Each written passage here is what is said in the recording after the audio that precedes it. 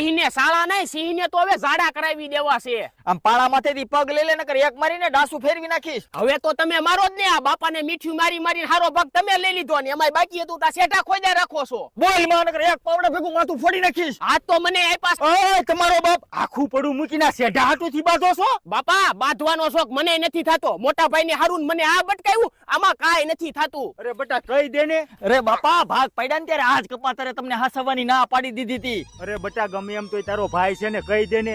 પડા તો બેયના હરખા છે, એના માટે તારે વાપરવું પડે રત્નામૃત. છોડના તંતુમૂળનો વિકાસ કરે છે અને ફૂલને ખરતા અટકાવે છે, રોગ સામે રક્ષણ આપે છે અને વધારે ઉત્પાદન આપવા માટે છોડને સક્ષમ બનાવે છે.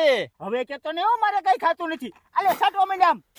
સ્ટર્લિંગ વાળાનું રત્નામૃત ખાલી 350 રૂપિયામાં ઘૂઘરો.